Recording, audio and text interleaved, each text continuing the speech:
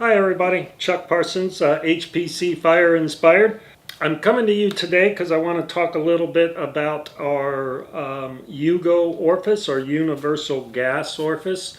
We'll go through a little bit, of course, how they work. But more importantly, I do want to reach out to you guys today and kind of clear up some location issues we see with this UGO, mainly pertaining to our uncertified and unassembled kits. Remember, when you're dealing with our certified assembled kits, yeah, the orifice is exactly where it should be. The only thing you should be doing with the UGO on one of those, of course, is just converting gas.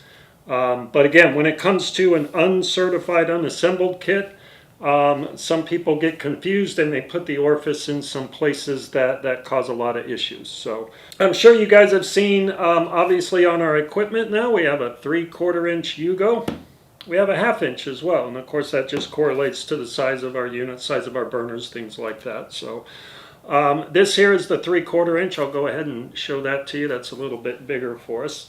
As far as converting the gas, okay, very simple process. Of course, this would be installed underneath of your pan and your burner. Now we are set up for propane. If you look at this now, you'll see that the venturi openings here. So what we'll do with this one is we will convert this to natural gas. All that takes is a 3/32 Allen wrench and a flathead screwdriver. So step one, of course, would be to shut off your gas line if you've got the unit installed. If not, simply loosen this set screw for the collar.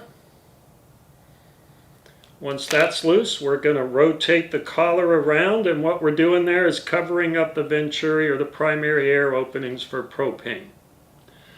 Once that collar is turned, we're going to reset that set screw, tighten that down just a little bit.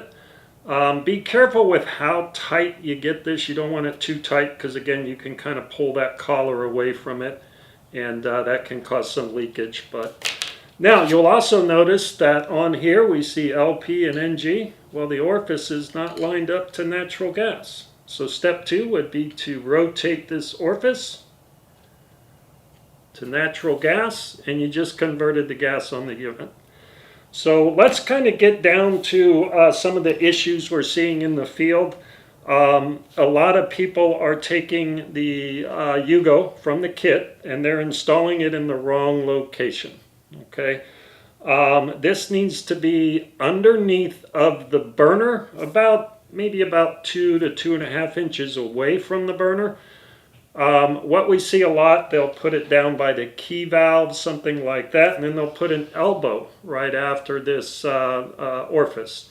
That causes a lot of operational issues. It can cause back pressure in an LP situation, and of course at that point then you're in kind of a bad situation there by spewing gas everywhere. So you will find this in the unassembled instructions. Of course, that is basically the location where it should be, and of course obviously shows gas flow, the different fittings in there, and how they should be installed into the burner. So from the burner, we'll just work with the 1/2 inch here.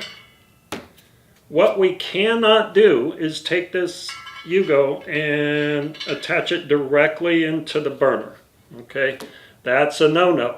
What happens is that gas hits that hub and it doesn't want to flow out through the burner well enough. And of course, if you're on propane, then you end up with that back pressure issue again. Okay, so if you remember, I said we like to see them a couple inches down away from the burner. So in your kit, you will find what we call a closed nipple and a coupling.